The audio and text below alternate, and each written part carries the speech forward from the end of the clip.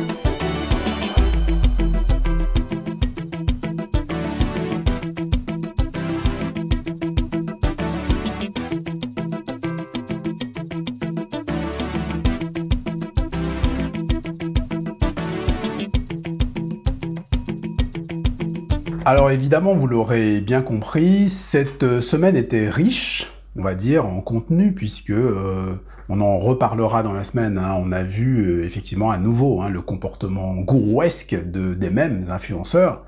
Voilà, en l'occurrence, parlons de business.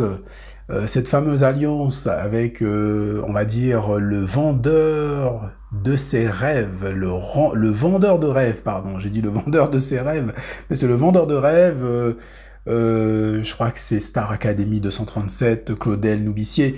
Vous voyez ce que je vous avais dit les amis, il y a pas très longtemps, je vous avais parlé d'une alliance, d'un pacte secret, etc. C'est ce qu'on est en train de voir, hein, c'est sous vos yeux, hein, donc... Voilà, alors ça fait partie des actualités, on en reparlera dans la semaine.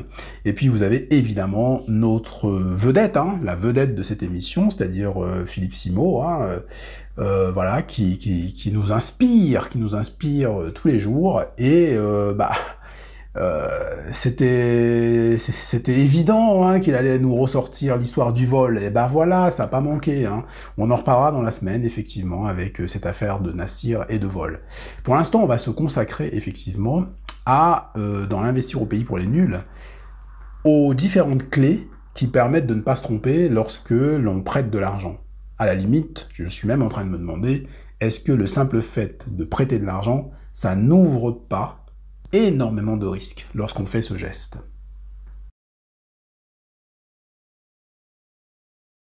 Je ne sais pas vous, chers amis, chers camarades, mais cet homme, Philippe Simo, hein, avec toutes ces structures investir au pays, ça commence vraiment à agacer. En fait, on a envie de vous montrer un petit peu voilà, les coulisses de l'association, on a envie que les gens se rencontrent, on a envie qu'il y ait de l'effervescence et que l'amitié se développe, vous voyez. Donc, et bien sûr, n'oubliez pas de liker, de partager, de vous abonner si ce n'est pas encore fait. Alors sans plus tarder, on va y aller, j'ai la liste sous les yeux. Mais avant d'aller tout de suite dans le vif du sujet, évidemment, je vous demande juste une chose, hein, liker, ah bah non, ça fait 2, partager, abonnez-vous si ce n'est fait, ah bah ça fait 3. Et puis, effectivement, partagez partout les amis, Facebook, WhatsApp, partagez à tout le monde, amis, collègues, connaissances. Il faut effectivement que notre parole soit entendue. Il faut que investir au pays pour les nuls se répande partout dans le monde. Et oui, les amis, parce que les adversaires commencent à trembler, puisque on est dans l'information, donc on met l'accent sur toutes ces campagnes de désinformation qui ont lieu tous les jours. Alors, le prêt d'argent. Je vais commencer par la première règle. Il ne faut pas croire qu'on va revoir son argent. Oui, effectivement, lorsque vous prêtez de l'argent, il faut savoir que vous prenez effectivement un risque maximal.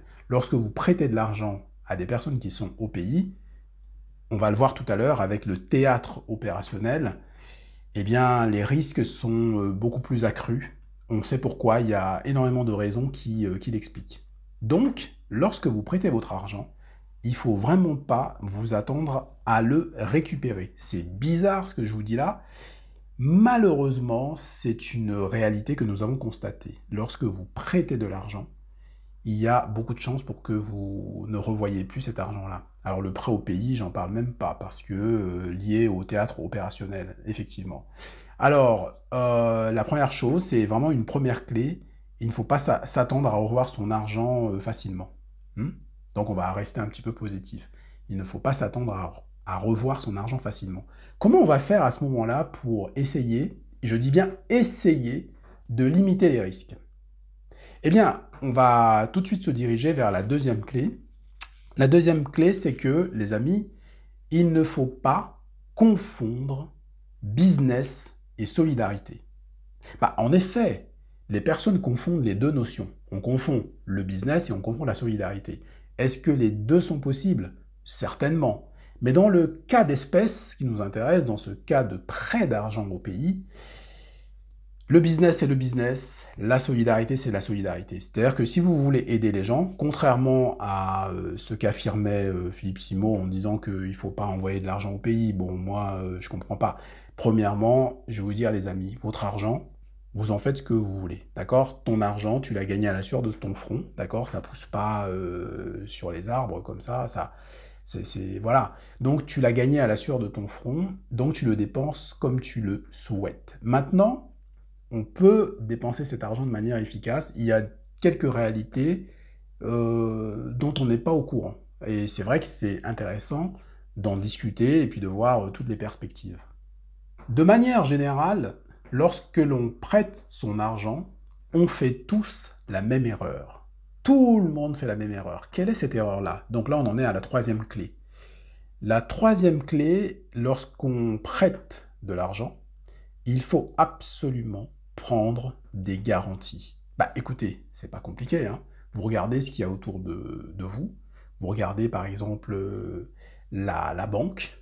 La banque, lorsqu'elle vous octroie un prêt, eh bien, ce prêt-là comporte évidemment des garanties essentielles. La garantie principale, c'est l'objet de ce prêt. Par exemple, vous faites un prêt immobilier, voilà, votre bien est une garantie pour la banque. De la même manière, lorsque vous prêtez du cash, il faut s'assurer d'avoir une garantie. Une garantie, c'est-à-dire une contrepartie au cas où les choses tourneraient au vinaigre. Alors, comment est-ce qu'on peut faire? Qu'est-ce qu'on peut prendre comme garantie? Écoutez, tout dépend de la valeur, hein, de ce qu'on a à disposition. Mais enfin, je prends un exemple simple, hein, vous voulez prêter 3 000 euros voilà, à une personne, écoutez, il faudrait prendre en garantie un peu de matériel. Par exemple, si vous avez du matériel, si la personne a du matériel qui a une valeur voilà, estimée à 3 000 euros, ou même un peu plus, d'ailleurs, il vaut mieux prendre un peu plus puisqu'il y a une dépréciation. Donc, vous pouvez prendre ça en garantie. Ça, c'est une clé qui est non négligeable, parce que en cas de problème, eh bien, vous aurez au moins, enfin, vous auriez au moins, on va dire, une certaine consolation. C'est mieux que rien. Alors, il y a une autre clé qui n'est pas négligeable non plus, ça c'est la quatrième clé. La quatrième clé, c'est qu'il ne faut pas menacer l'emprunteur. Suivez mon regard va vers une vidéo de notre ami Philippe Simon, qui encore une fois est venu sur les réseaux sociaux diffamer une personne. On va en parler dans la semaine, vous inquiétez pas. On parle de tout, on va faire le débrief de ce qui se passe, le débrief de tout ce qui se passe, et puis je vais vous expliquer aussi ces mécanismes qui consistent à venir sur les réseaux sociaux pour vraiment diffamer les gens, quoi. Alors, dans les commentaires, certains d'entre vous parlent de diffamation. Alors, on a déjà expliqué ici, ici même, dans le cadre d'un live, on vous a expliqué avec l'avocat qui était intervenu à ce sujet, ce qu'est une diffamation. Donc, ce que je vous invite à faire, si vous avez des doutes sur la diffamation, vous regardez à nouveau cette vidéo-là, et vous allez voir qu'il y a des points qui vous ont échappé en matière de diffamation. Alors, ce qu'on fait ici sur cette chaîne, c'est qu'effectivement, on vous donne des clés, on vous donne des informations, etc. Mais certains ne reçoivent pas vraiment correctement ces informations-là, ou alors certains travestissent ces informations-là, ce qui est dramatique. Il ne faut jamais être plus royaliste que le roi lui-même. Donc, vous voyez, et puis chacun a son métier, sincèrement. C'est-à-dire que si vous avez des experts qui viennent, qui vous disent certaines choses, ça fait des années qu'ils font ça fait des années qu'ils font la même chose, ils ont l'habitude, les jugements, on les connaît, bon, voilà, on connaît la chose, quoi. Donc, ne venez pas ici pour nous donner des leçons. Moi, quand je ne sais pas, je pose des questions. Comment se fait-il que... êtes-vous sûr que, parce que j'ai entendu autre chose, etc., etc. Je pose des questions, je suis là en train de découvrir. Je ne viens pas en conquistador. Voilà, je sais tout, alors qu'en fait, je sais rien. Vous voyez? Certains d'entre vous, vous avez exactement le même comportement que, justement, notre ami influenceur gourou. Bon, qu'est-ce que vous voulez? C'est comme ça, À force de côtoyer les gens, parfois, on finit par leur ressembler. Voilà, je suis un corrompu. Voilà, j'ai été corrompu par l'IEP Limal.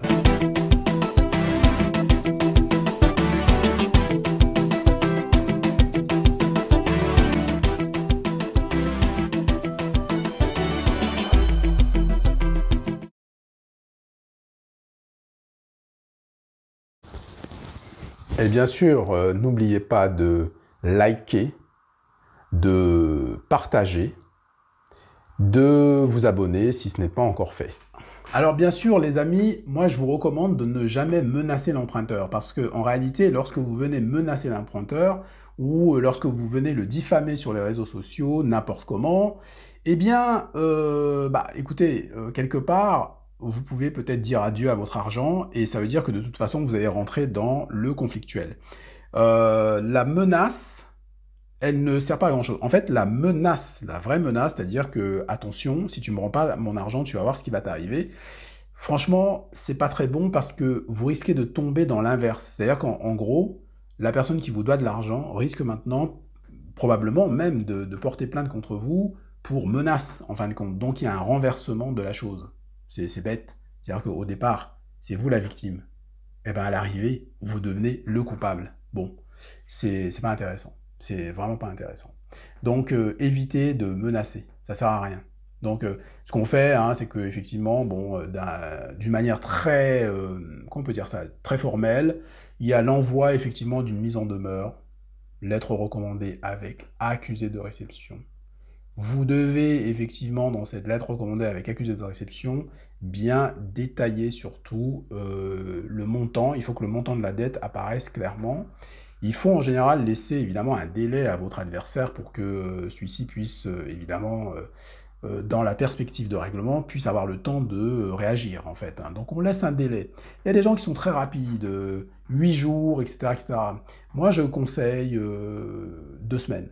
Je conseille toujours 2 semaines. N'hésitez pas, de toute façon c'est la première étape, c'est l'étape préalable. Donc il y a cette mise en demeure là pourquoi la lettre recommandée avec accusé de réception? Parce que ça va dater, si vous voulez. C'est le début de la procédure, c'est très très important. Il y a un certain formalisme de ce courrier, mais ne vous inquiétez pas, nous sommes dans Investir au pays pour les nuls. Vous avez toutes nos coordonnées en dessous de toutes les vidéos. Donc si vous êtes dans ce cas de figure, où vous avez un litige, ou voilà, quelque chose comme ça, vous savez comment faire pour nous joindre. Un petit coup de fil au standard, vous nous écrivez, il n'y a pas de souci, on vous répond. Donc voilà. Il faut savoir que l'association Notre Bureau, que je représente, est une association en gros qui défend le consommateur. Vous l'avez compris. Alors, il ne faut jamais menacer notre emprunteur. Voilà, ça c'est une règle d'or. Alors, il y a aussi la 5e clé. La 5e clé, il ne faut pas confondre le vol et l'abus de confiance. Ce sont deux notions complètement différentes. Et qu'est-ce qu'on s'aperçoit? On s'aperçoit que notre homme d'affaires célèbre, très puissant, multimilliardaire, qui justement menace les gens et diffame les gens, Philippe Simot en personne, il confond deux notions basiques, deux notions élémentaires. Le vol, ça n'a rien à voir avec l'affaire. Par exemple, je prête de l'argent, ça veut dire que personne ne m'a arraché cet argent-là, donc ce n'est pas un vol, puisque je l'ai donné de mon propre gré. Personne ne m'a arraché cet argent-là, ça ne peut pas être un vol. Un vol, la personne vole l'argent, voilà. Elle vole l'argent et elle s'en va, elle disparaît, elle fuit. C'est pas le cas. Il y a une remise délibérée de ce montant-là, donc c'est un prêt. Et la personne n'a pas restitué. Donc la personne a abusé de notre confiance. C'est véritablement ce qu'on appelle un abus de confiance. C'est pas du tout la même chose. Donc vous vous rendez compte que des personnes comme ça, qui représentent soi-disant l'Afrique, racontent des conneries en fait. Et il y a énormément de personnes, puisque je ne sais pas vous, mais un public de 600 000 abonnés, c'est quand même pas rien. Et donc, je me dis que ce que je suis en train de faire là, c'est très important parce que, et d'ailleurs, je vous invite vraiment à nous rejoindre. Déjà, à commencer par vous abonner, liker, partager les publications, consultez-nous en cas de besoin, il n'y a pas de souci. Il faut nous donner la force, commenter. Ne laissez pas effectivement les autres, hein, les partisans du désordre mondial, venir raconter tout et n'importe quoi sur les pages. Alors, au nom d'une certaine liberté d'expression que je prône, que j'ai prôné toute ma vie, et que je trouve que c'est très important, la critique elle est importante, elle doit être argumentée, c'est ce que j'arrête pas de dire à nos adversaires, ou des personnes qui ne sont pas adversaires, mais qui sont tout simplement un petit peu perdues, noyées dans cette communication sauvage, qu'on distille à longueur de journée. Donc il est temps, effectivement, que d'autres se lèvent pour dire stop à cette pollution insupportable, pour dire stop à cette prostitution financière qui devient hyper lourde. Heureusement qu'il y a Investir au pays pour les nuls. Au moins, vous savez les amis, chaque semaine, vous savez qu'il fait chaud, etc. Vous savez où aller pour vous rafraîchir. C'est dans Investir au pays pour les nuls. Donc franchement, je trouve que c'est très bien ce concept. Vous l'avez rêvé, je l'ai créé. C'est le cauchemar d'investir au pays. Et pour cause. Parce que ici, c'est l'information, la vraie. Fini. On tord le cou à la désinformation. Vous voyez ? Donc, son histoire de vol, etc., je suis en train de vous dire que ça ne tient pas la route. On en reparlera avec un peu plus de précision dans la semaine. Donc, il y a des vidéos qui vont suivre. Hein. Vous inquiétez pas, hein. Chaque semaine maintenant, il y a quelques vidéos qui sortent. C'est une période un peu calme, donc j'en profite pour justement faire valoir une autre voix. Voilà, c'est ce qu'on vous disait hein, sur cette chaîne. Hein, on vous disait souvent que ici, on vous apporte une autre voix et je crois que c'est très bien pour tout le monde, pour la démocratie, la liberté d'expression, pour aussi l'éveil, on parle de conscientisation, etc., etc.